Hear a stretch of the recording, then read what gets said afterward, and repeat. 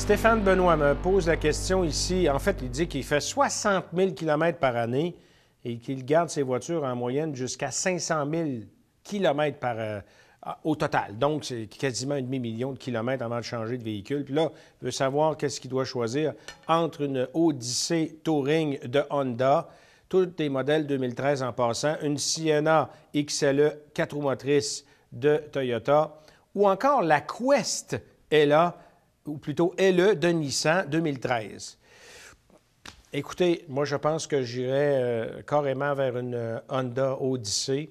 C'est certainement la mini-fourgonnette qui a la configuration la plus adaptée à faire du haut kilométrage quand on tient compte de sa suspension.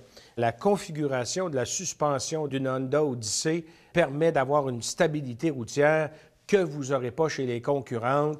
C'est un véhicule aussi qui est un peu plus bas, qui, encore une fois, favorise la stabilité, moins bruyant sur la route. C'est une fourgonnette qui propose de bonnes performances aussi au niveau de son moteur et qui valorise quand même assez bien l'économie de carburant.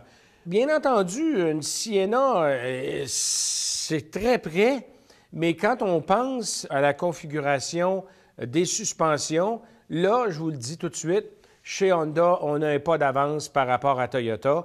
La conception aussi globale de la Toyota et au niveau du concept de l'aménagement intérieur, c'est moins bien adapté, je trouve, pour de longues, très longues distances comme vous faites. Puis la Quest, bien écoutez, on manque de données sur ce véhicule-là. Elle vient d'être configurée.